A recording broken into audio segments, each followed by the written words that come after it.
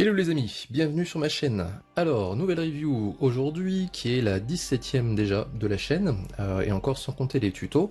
Donc pour cette review, je vais essayer d'être un tout petit peu plus rapide que d'habitude, d'être un peu plus concis, d'aller un peu plus à l'essentiel. Chargez-vous de me dire en com si vous préférez plutôt ce genre de vidéo ou alors si vous préférez les anciennes moutures. Alors, donc face à nous, on a la figurine de Sorrento de la sirène maléfique, c'est comme ça que certains l'appellent.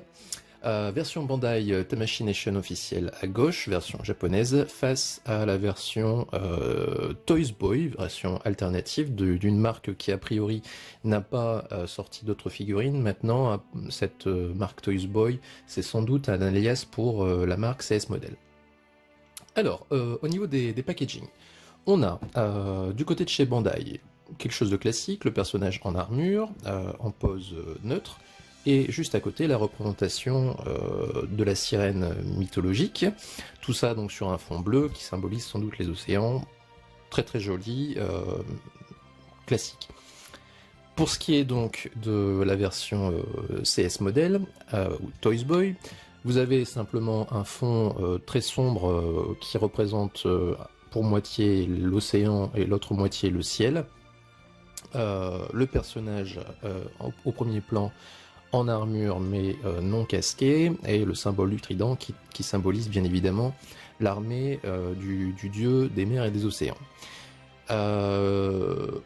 Au niveau de la qualité de ce packaging, vous avez un carton qui est brut ici, hein, qui n'est pas plastifié à la différence de celui de Bandai. Donc globalement, on a un aspect qui est un peu plus cheap, beaucoup moins qualitatif que du côté de Bandai du point de vue du packaging, renforcé par cette photo qui est en basse résolution à mon avis. On peut discerner notamment quelques pixels.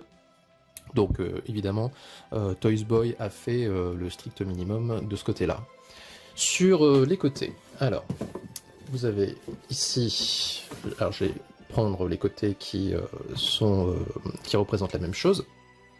Vous avez donc chez CS Model le personnage en armure avec un fond rose qui est copié sur celui qu'utilise Bandai au verso de la boîte d'ailleurs. Bon, c'est pas... je trouve que c'est pas forcément formidable comme background pour mettre la figurine en avant.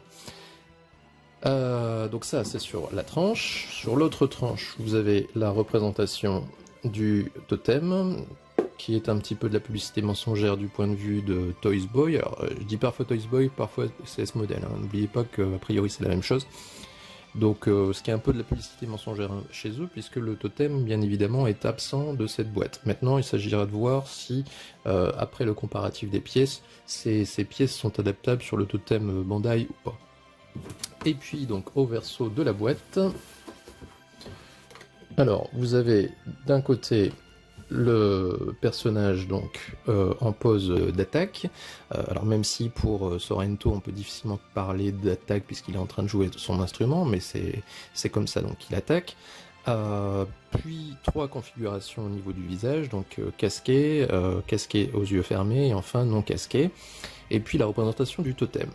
Pour ce qui est de CS Model, ben vous voyez que encore une fois on est au minimum, on a simplement les trois configurations de visage qui sont d'ailleurs les mêmes qui sont sur la boîte de Bandai. Donc remarquez bien que cette figurine est un tout petit peu plus ancienne que les dernières sorties, ce qui fait que à l'époque Toys Boy, CS Model ne prenait sans doute pas autant de précautions que ce qu'ils prennent maintenant pour ne pas se faire coincer par les douanes. Donc ici c'est la copie conforme des trois configurations de visage que vous avez là sur la boîte Bandai.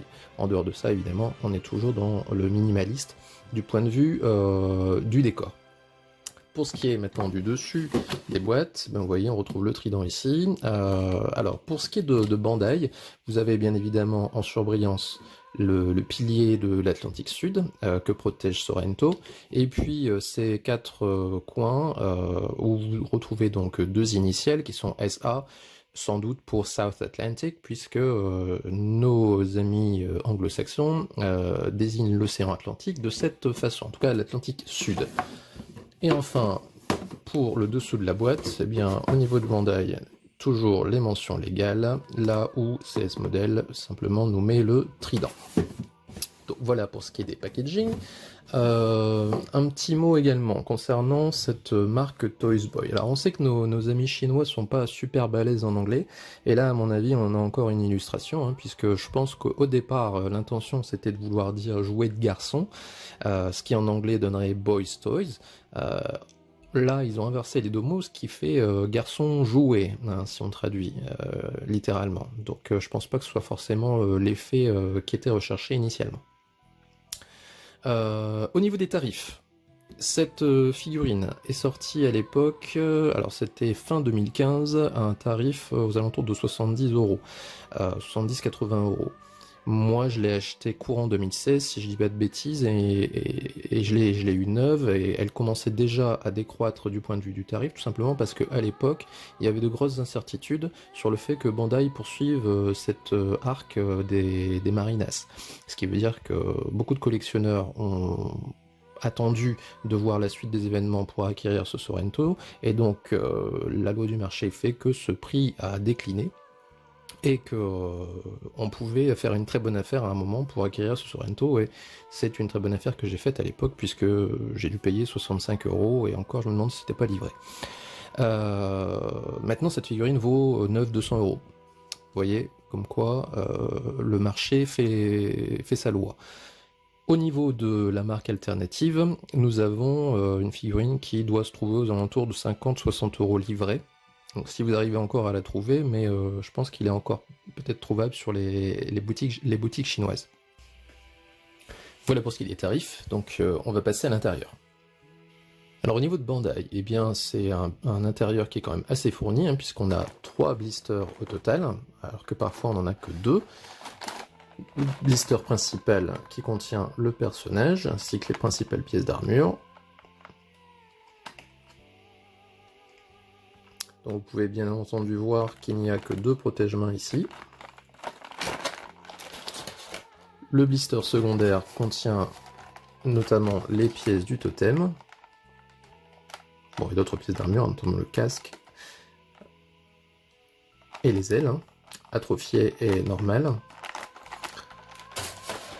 Et enfin, le dernier blister contient la cape, les différentes mains et visages. Alors vous remarquez qu'il n'y a que 2 visages supplémentaires ici, en plus du visage neutre qui est sur la figurine, donc 3 visages total, c'est pas énorme.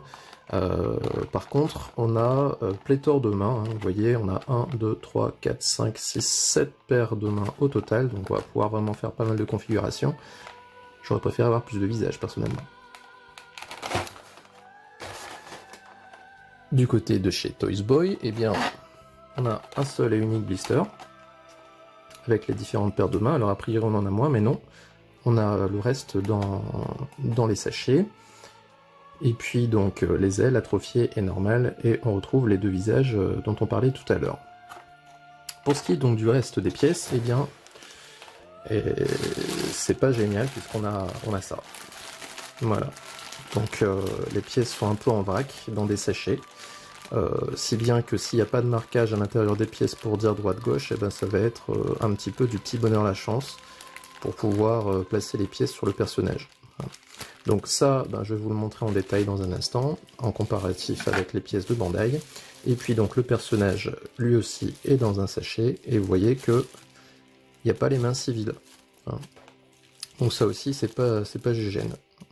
Donc là c'est pareil, je vais vous le montrer tout à l'heure. Voilà, allez, on passe au comparatif des mains, des visages et des chevelures. Alors du point de vue des mains, comme j'ai dit tout à l'heure, on a quand même un assez grand choix, hein, puisqu'on a des deux côtés on a les mêmes structures de main, c'est-à-dire point fermé, point semi-fermé, main grande ouverte, doigt écarté, la main qui joue de l'instrument, la main on va dire au doigt crochu, main en pronation, et la main Excalibur. Donc chez Toys Boy CS Model, on a exactement les mêmes types de mains, mais remarquez qu'au niveau qualité, ben, c'est pas du tout la même chose. Hein. On a vraiment une peinture ici qui est vraiment parfaite, alors que chez Toys Boy, eh bien, la peinture a, comme qui dirait, déteint sur les doigts, et parfois d'ailleurs c'est délavé au niveau de la main. Donc, je vais prendre comme exemple cette main-là, par rapport à la Bandai. Vous voyez qu'au niveau de la couleur, le compte n'y est pas.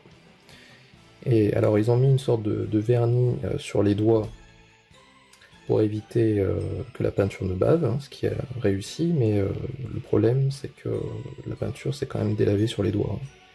On a des doigts, vous voyez, qui sont beaucoup plus grossiers que sur la Bandai. Et donc ça, c'est comme ça sur toutes les mains. Hein. Donc je vous laisse visualiser un peu le résultat. Au niveau des visages, alors, vous voyez que le visage neutre, je l'ai laissé finalement sur la tête. Alors j'ai pas réussi à retirer la tête de la version CS Model, donc j'ai dû prendre le coup avec. Voilà. Bon, ça change pas grand chose, comme ça on va pouvoir voir aussi ce que ça donne au niveau des chevelures.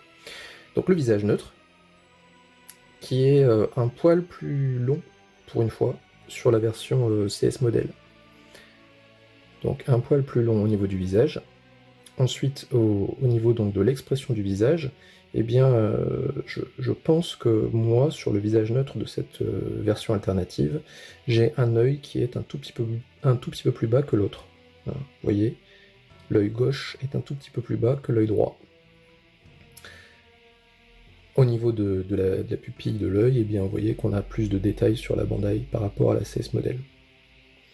Au niveau de la chevelure, donc vous voyez qu'il y a une petite différence au niveau des structures des mèches, et notamment donc cette mèche principale hein, qui n'arrive pas au milieu du visage, hein, comme le fait au niveau de la Bandai, mais un peu plus décalée sur la droite. Donc ce qui n'est pas du meilleur effet. Au niveau donc de la qualité de chevelure, eh bien, j'ai pas constaté pour une fois de marque de grappage, enfin pas énorme, un petit peu là, mais sur la version alternative, donc sur la version Bandai c'est impec. En revanche, il y a des traces un peu suspectes. On a l'impression que c'est des traces un peu d'usinage.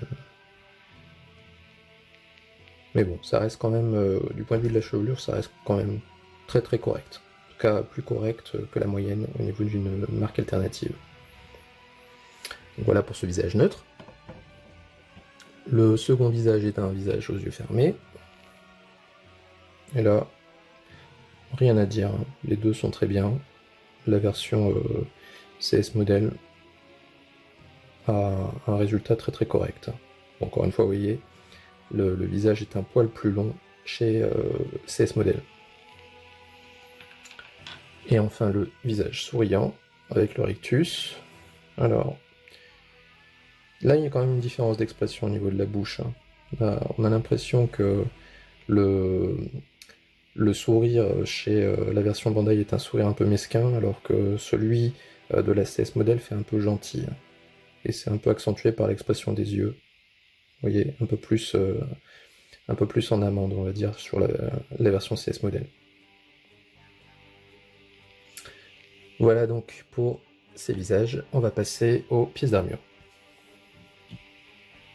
Alors, comparatif des pièces. D'abord, d'un point de vue de l'aspect général, vous voyez que c'est vraiment très très très similaire, hein, effectivement, au niveau des dessins, des sculptures, des pièces, c'est presque identique. Au niveau des différences maintenant, il y a quand même quelques différences, soit évidentes, soit subtiles. D'abord, différence évidente, c'est du point de vue des coloris. On a des coloris qui sont plus clairs chez la CS Model Toys Boy ici, aussi bien dans les jaunes que dans les orangés. Je vais prendre comme exemple le plastron. Vous voyez que c'est plus clair, hein, presque un peu moins, un peu plus délavé sur la CS Model que sur la Bandai. Et ça, c'est présent sur toutes les pièces d'armure. Donc ça, c'est une première différence. Du point de vue des similarités, eh bien, la proportion plastique-métal est la même des deux côtés, à ceci près que la flûte est en métal chez CS Model, là où elle est en plastique chez Bandai. Du point de vue du rendu, c'est presque pareil, c'est un petit peu plus foncé cette fois-ci au niveau de la flûte chez CS Model. Après, en termes de poids, il faudra voir, une fois exposé, si le poids du métal ne pose pas des problèmes quand Sorrento joue de son instrument. Et si c'est pas le cas, et bien dans ce cas-là, ça veut dire qu'a priori, CS Model a bien fait de la faire en métal, puisque le métal est plus durable. Donc ça, c'est une différence. Bon, pour ce qui est du reste, hein, métal pour la ceinture de deux côtés, métal ici, métal, alors ici, différence. Ici, on a une pièce qui est... alors, la partie qui protège en tout cas le tibia est d'un seul tenant. Vous voyez?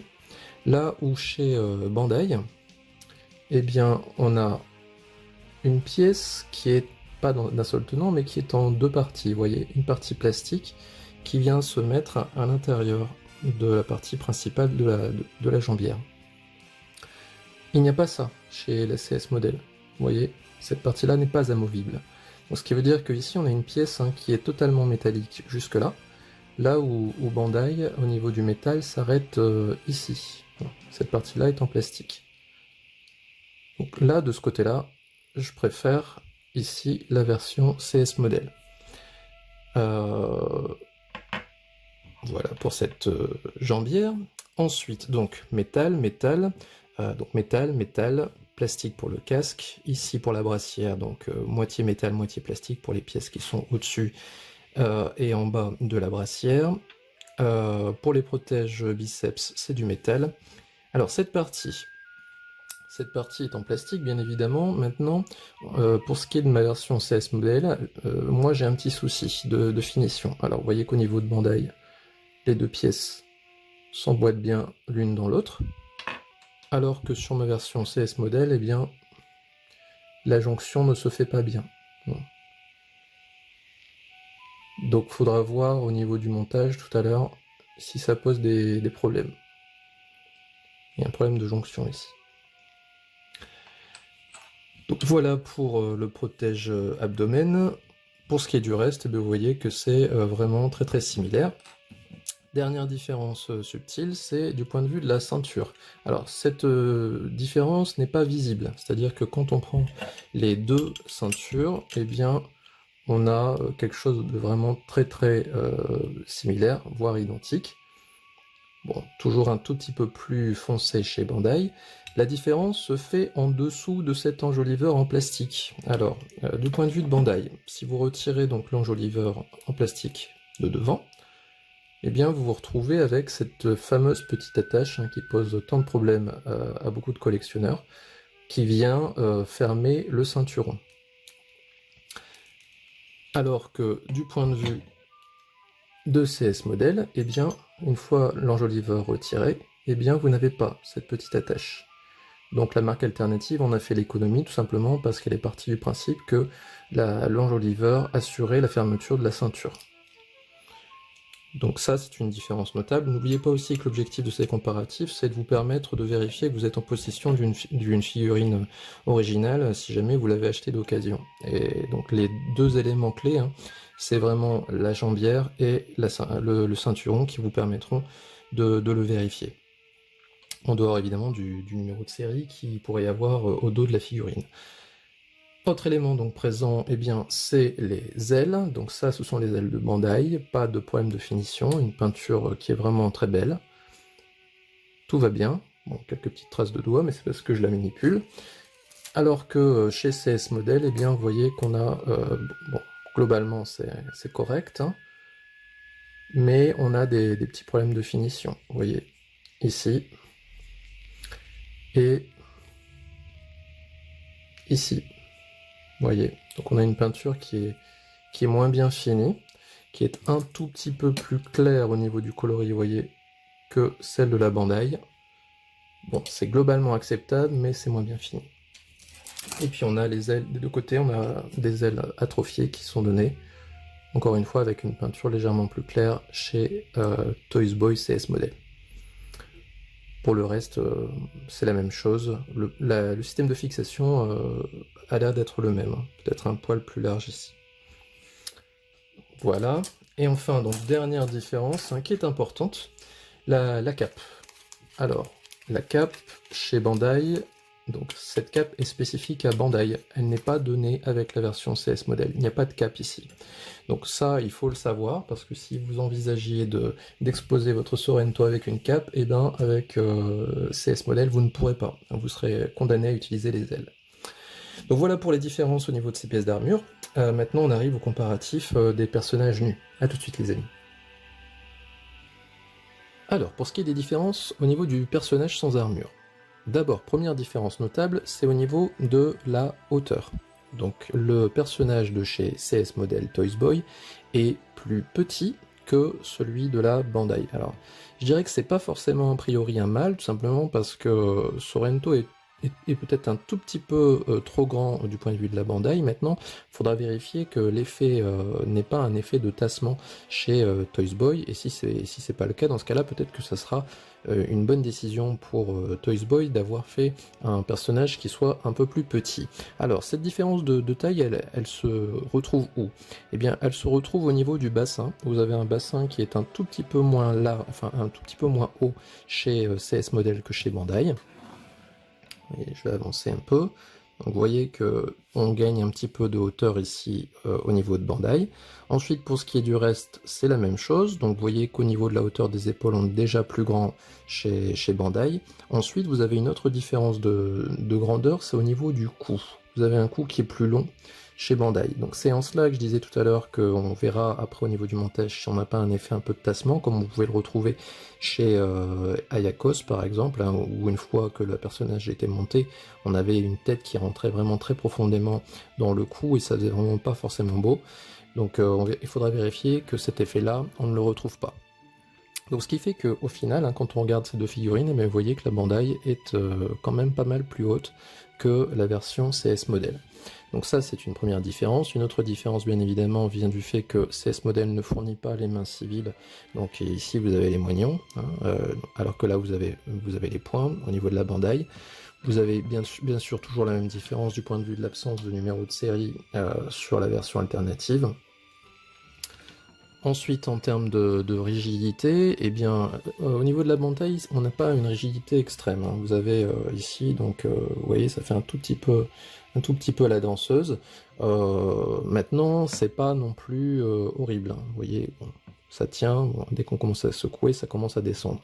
Alors n'oubliez pas hein, que je vous ai fait un petit tuto pour comment raffermir hein, ces articulations. Donc je vous remets le lien ici, hein, si jamais vous ne l'avez pas encore regardé. Et du coup ça permet vraiment de rectifier ce problème quoi qu'il arrive. Bon, là ça reste quand même acceptable au niveau de la Bandai. Pour les autres articulations, au niveau des bras, c'est toujours très très dur. Donc ça, tout va bien. Au niveau des genoux, pas de faiblesse non plus. Vous voyez, c'est bien rigide. Au niveau des chevilles, là non plus, pas trop de problèmes. Bon, là aussi, si jamais vous avez des faiblesses, je vous rappelle, et là je vous remets un lien également vers ce tuto, qu'il y a la possibilité de rigidifier ces articulations-là avec du frein filet. Voilà.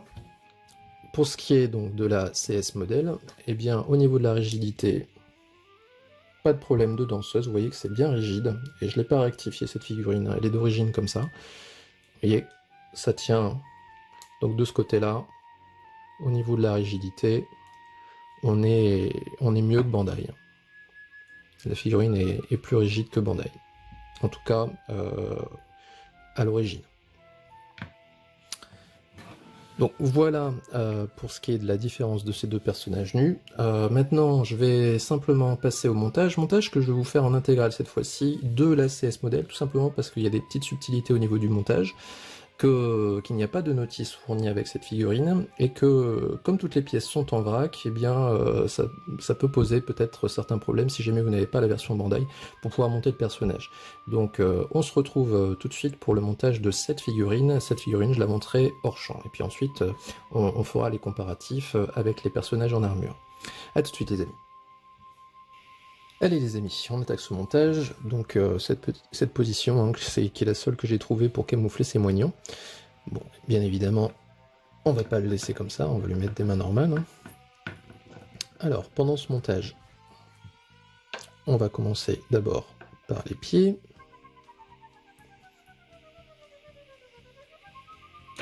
Alors, au niveau des cuissardes qui sont en métal, il n'y a pas a priori de différence entre le côté gauche et le côté droit. Par contre, là où il faut être vigilant, eh bien, c'est sur l'ouverture de la pièce. Vous voyez qu'il y a une ouverture qui est un peu plus grande d'un côté que de l'autre, donc l'ouverture la plus grande se met à l'arrière de la figurine.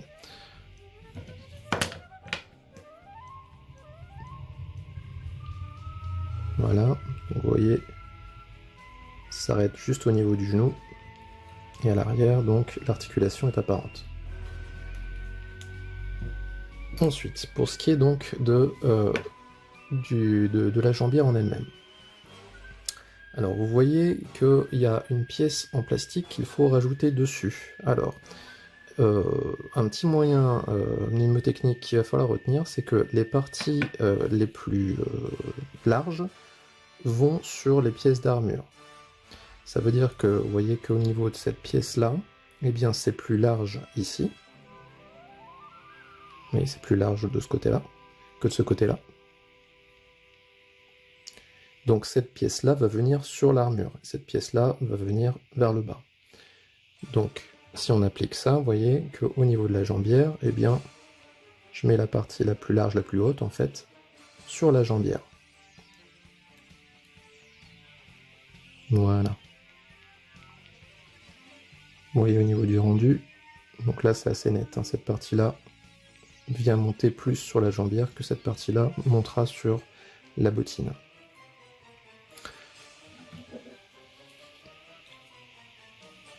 Voilà. Au niveau de la genouillère, il n'y a pas de subtilité, hein. La tâche montre dans quel sens il faut la mettre.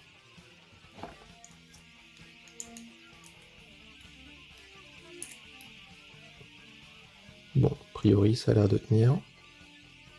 Voilà pour ce qui est du rendu, je vais lui mettre déjà son premier pied. Bon. Ça se met bien, pas de problème. Alors, par contre, je me demande si on est suffisamment... Ouais, c'est suffisamment rentré. Il y a un écart quand même qui est assez fort ici, vous voyez, entre le pied et la jambière. Alors il faudra que je vérifie tout à l'heure avec la bandaille si on a le même écart entre le pied et la jambe. Parce qu'a priori, si vous baissez la partie plastique, ça va pas faire joli. Bon, voilà pour cette jambière. Je vais faire l'autre côté. Alors qu'est-ce que je vais vous dire sur ce personnage? D'abord, on a un personnage qui s'appelle Sorrento. Alors son nom, a priori, est tiré d'une ville italienne, du sud de l'Italie. C'est un personnage qui a 16 ans, donc il n'est pas très vieux. Il est de nationalité autrichienne. Et il protège donc le pilier de l'Atlantique Sud. Alors, j'ai du mal à mettre cette genouillère. Voilà, ça tient. Ça tient. Donc il protège le pilier de l'Atlantique Sud. Et son signe, alors j'ai du mal à parler de signe parce que on est dans les guerriers de Poséidon, dans les généraux de Poséidon. Donc on va dire ce que représente son armure. Alors j'ai dû même enfoncer ce pied. Ouais.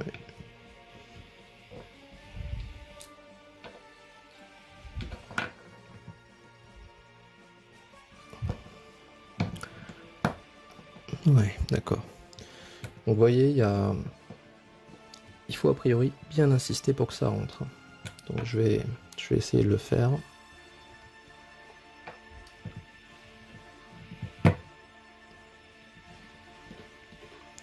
Voilà, là j'ai l'impression que c'est bon. Bon, première difficulté au niveau du montage, vous voyez que au niveau de ce pied, j'ai eu du mal à le mettre. Alors, ce que représente son armure, eh bien, ce que certains appellent la sirène maléfique. Alors, sirène maléfique, c'est un peu un raccourci, en fait, c'est la sirène mythologique au sens de la mythologie grecque. C'est-à-dire que si vous prenez la sirène telle que la représente le dessin animé Disney, la petite sirène, donc vous avez une femme, mi-femme, mi-poisson, on va dire. Donc ça, c'est la mythologie nordique. Ce n'est pas la mythologie grecque. Si vous prenez vraiment la mythologie grecque, eh bien, les sirènes, ce sont des créatures qui sont mi-femmes et pas mi-poisson, mais mi-oiseau. Alors certes, elles sont dans un milieu marin, mais elles ont des pattes d'oiseaux, des plumes d'oiseaux, des ailes d'oiseaux d'ailleurs.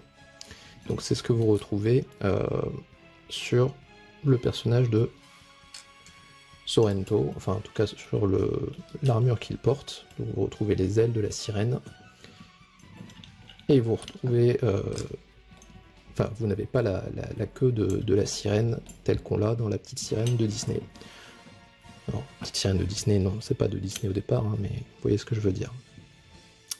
Alors, comme à mon habitude, j'ai mis la ceinture avant de mettre le protège-abdomen, de telle manière à ne pas rayer le protège-abdomen, comme je le fais d'habitude. Alors maintenant, on va voir si c'est possible de le faire. Alors, la partie avant, par contre, rentre bien quand elle est toute seule. Et au niveau de la partie arrière, ok, très bien. Donc vous voyez, il faut d'abord mettre la partie avant et ensuite mettre la partie arrière. Donc si vous procédez avec cette méthode-là. Alors, comme je vous l'ai déjà dit, hein, moi je préfère utiliser cette méthode-là qui permet de préserver cette pièce abdominale qui est pour le moins fragile. Alors remarquez que tout à l'heure au niveau du comparatif des pièces, j'avais attiré votre attention sur le fait que cette pièce abdominale ne se fermait pas bien. Eh bien, de ce côté-là, ça a l'air d'être bon. Et de l'autre côté aussi. Hein. Donc vous voyez que, a priori, le problème que j'avais soulevé tout à l'heure ne se retrouve pas une fois que la figurine est montée. Donc ça, c'est plutôt une bonne surprise. Voilà. Donc, personnage de la sirène mythologique, au sens de la mythologie grecque, donc qui a des ailes et des plumes d'oiseaux en fait, et qui n'a pas la queue de sirène. Alors, on arrive sur les brassards. Et au niveau des brassards, eh bien, je vais vous dire exactement l'inverse de ce que je vous ai dit tout à l'heure pour la cuissarde. C'est-à-dire que cette fois-ci, c'est l'ouverture avant qui est plus large que l'ouverture arrière. Donc faites attention à ça, parce qu'on aurait tendance à vouloir faire le contraire. Cette fois-ci, non. La partie la plus évasée, c'est sur le devant. Comme ça. Vous voyez ? Voilà. Pour ce qui est ensuite de la brassière en elle-même, alors on a à nouveau une pièce qu'il va falloir ajouter, une pièce en plastique qu'il va falloir ajouter. Alors ici, la question c'est dans quel sens, comme ça ou comme ça. Alors il y a un petit point de repère, qui est, vous voyez, la petite boule, sur le côté, cette petite boule-là. Donc cette petite boule doit être vers le haut. Donc ça veut dire que quand vous allez fixer la pièce sur la brassière, eh bien vous voyez que la petite boule doit être dirigée vers le haut. Donc là, encore une fois, il n'y a pas de différence entre la brassière droite et la brassière gauche, a priori. En tout cas, moi, je n'en ai pas vu. Donc, vous n'avez pas besoin de vous casser la tête avec est-ce que je suis en train de mettre la brassière droite ou la brassière gauche. Par contre, j'ai du mal à la mettre.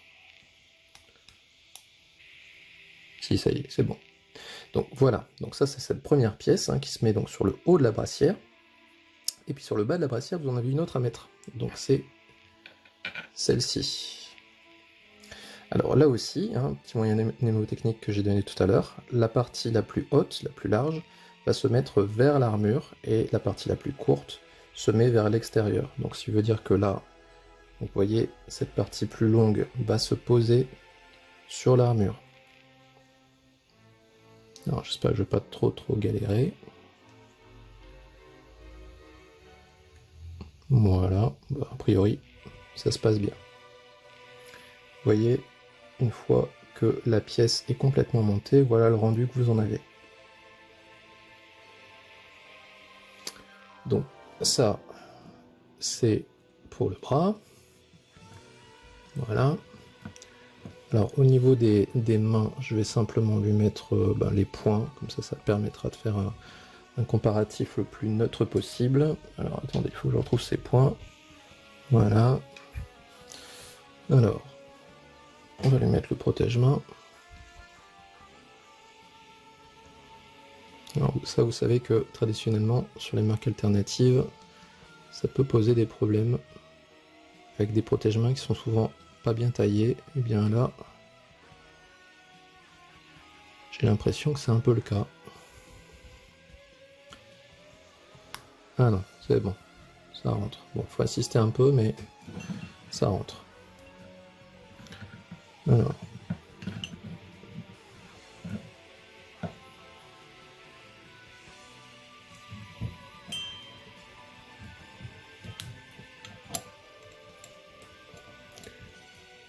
Ouais, bon, pas évident à mettre, mais j'ai finalement réussi à le mettre. Alors, petit conseil, vous voyez, en mettant le point, cette partie plastique s'est enlevée. Donc, à mon avis, ce serait peut-être judicieux de mettre la partie plastique après avoir mis le point. Ça vous évitera de devoir la remettre en place. Ça y est. Bon, voilà.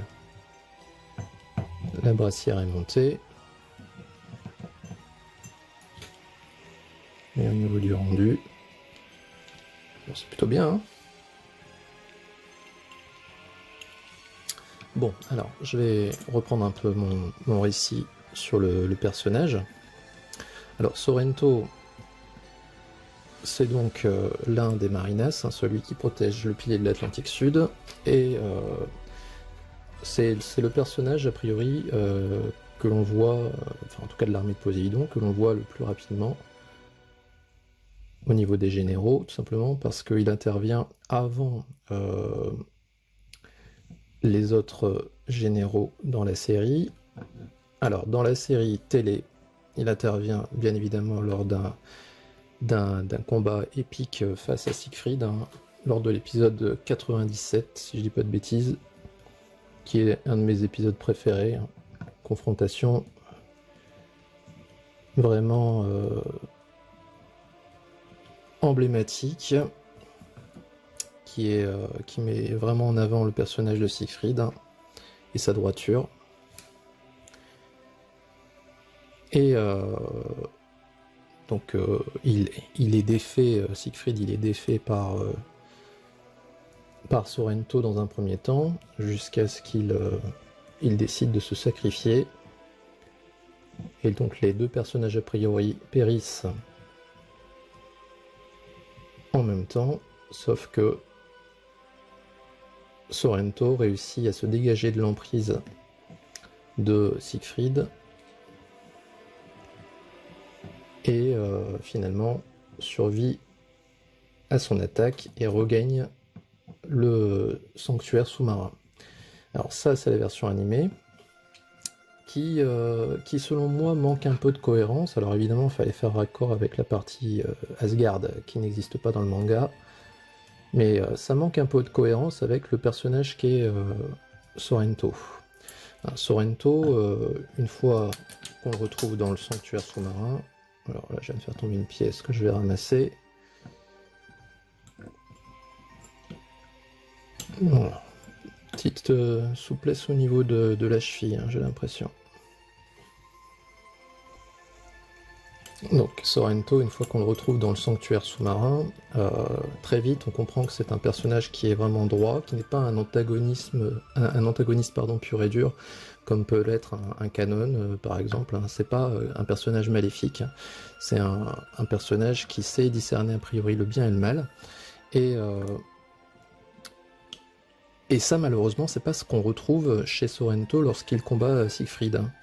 On a l'impression d'un personnage un peu maléfique, hein, qui se réjouit de la souffrance de ses adversaires, ce qui n'est pas a priori l'image qu'il donne de lui par la suite dans l'animé.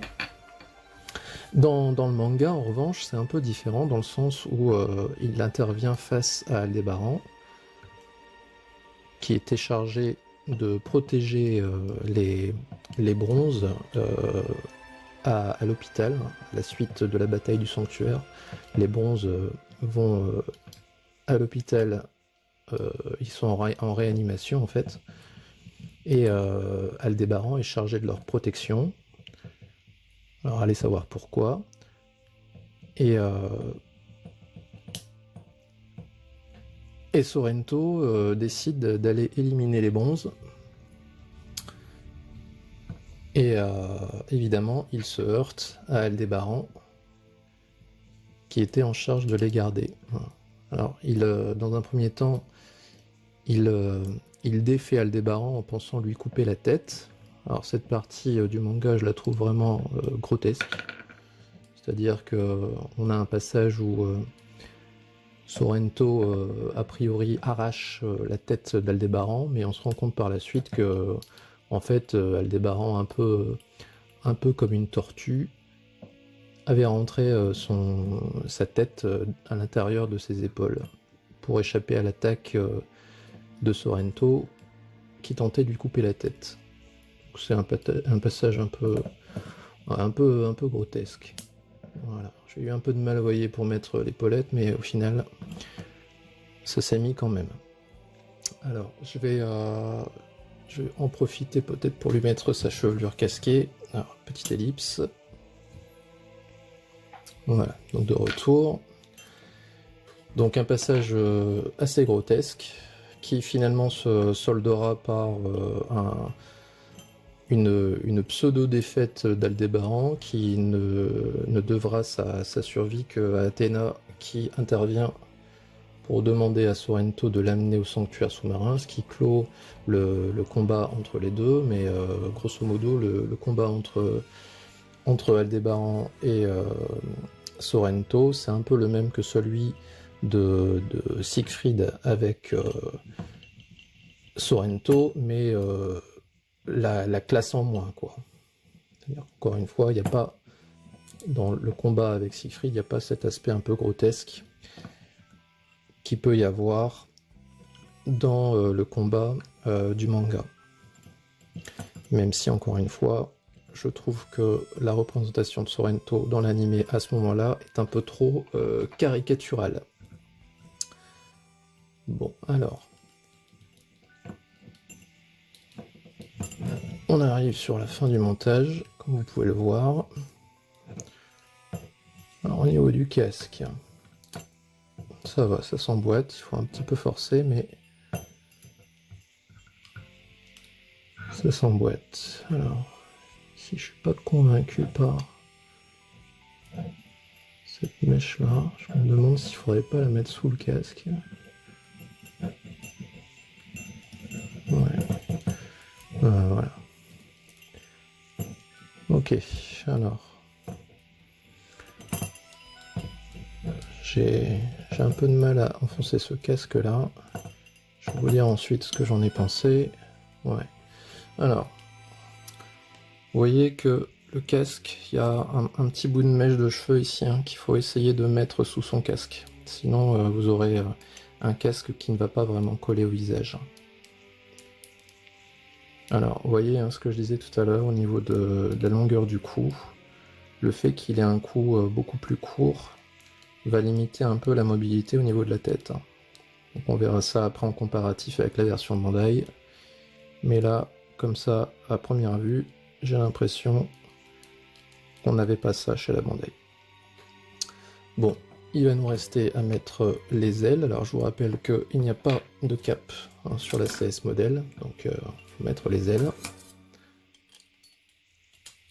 Alors on va voir si on va avoir des difficultés pour mettre ça.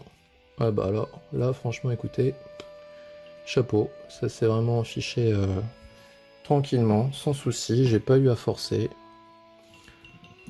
Tout va bien. Voilà. Donc ben, pour terminer un peu l'historique de Sorrento, eh bien c'est un personnage qui est plutôt droit, qui va finir par se rallier finalement à la cause des chevaliers d'Athéna quand il va comprendre que c'est en fait Canon qui tire les ficelles. Et c'est aussi le seul Marinas, alors si on met à part Canon, qui va survivre du coup, qui va survivre avec évidemment Julian Solo, qui sera débarrassé à ce moment-là de l'âme de Poséidon. Et c'est un personnage qu'on reverra après, au moment de la bataille d'Elysion, quand Julian Solo, qui reprend un court instant finalement l'âme de Poséidon, permet d'envoyer les armures d'or protéger les bronzes qui sont à ce moment-là en mauvais passe face à Thanatos. Donc, voilà pour ce personnage de Sorrento. Alors bilan un peu de ce montage. Quelques petites difficultés hein, sur ce pied-là que j'ai du mal à enfoncer, donc il a fallu forcer un peu. Après sinon pour le reste, bon les épaulettes sont un petit peu dures à mettre, mais bon elles se sont fixées correctement. Donc comme je l'ai dit, hein, faire attention à la position des pièces, mais à part ça, bon, dans l'ensemble c'est un montage qui s'est pas trop mal passé. Bon, comme d'habitude, je vais monter la version Bandai hors champ, et puis nous on se retrouve juste après pour le comparatif des deux en armure.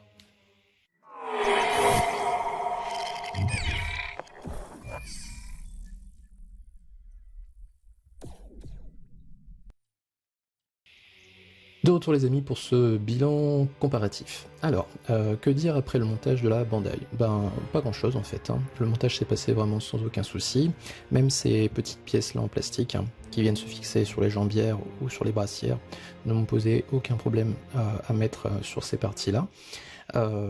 Pour ce qui est du reste, pas de soucis. J'avais évoqué, quand on avait regardé les deux personnages sans armure, le fait que la Bandai était légèrement plus souple au niveau des jambes que la CS modèle, mais une fois que la figurine est montée, ce défaut-là n'est pas un obstacle pour manipuler la figurine.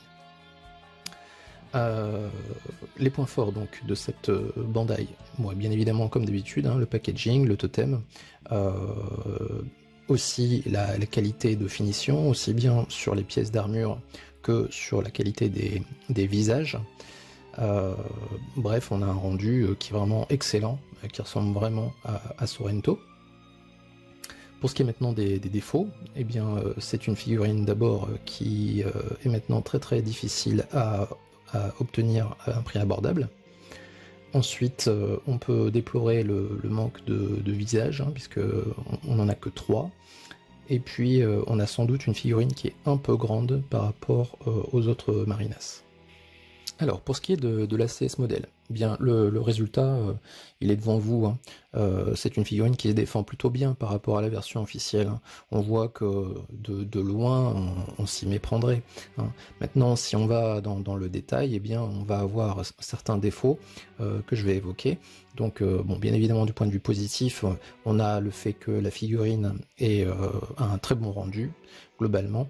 On a un prix qui est très acceptable, dans les 50-60 €.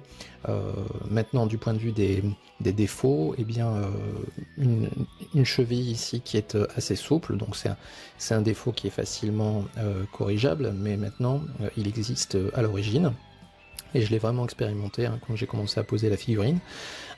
On a aussi une qualité de finition qui est parfois pas terrible, hein, du point de vue des mains, hein, notamment. Les mains sont souvent presque dégueulasses, hein. La peinture a souvent déteint sur les doigts, ou alors parfois il manque de peinture, on a en effet un peu de peinture délavée. Bon, ce défaut est quand même masqué, vous voyez, par la présence des cache-mains hein, qui vont cacher une bonne partie de la main, forcément. Du point de vue des pièces d'armure, alors globalement c'est plutôt de bonne qualité et plutôt une bonne surprise pour moi. Je m'attendais vraiment à avoir un truc pas terrible et finalement on a une excellente alternative finalement à la version Bandai pour un tarif bien sûr plus abordable. Maintenant, si jamais vous avez à l'idée de prendre la version CS modèle, Toy Boy, pour faire le totem de cette figurine, malheureusement vous ne le pourrez pas, tout simplement parce que cette partie-là, hein, j'avais évoqué, qui n'est pas amovible, sert pour faire le totem. Ce qui fait que si vraiment vous voulez faire le totem, il faudra mettre l'armure de ce personnage sur le Bandai, ou à tout le moins les jambières, et mettre les jambières de la Bandai sur le totem. Donc ça, c'est une possibilité pour le faire.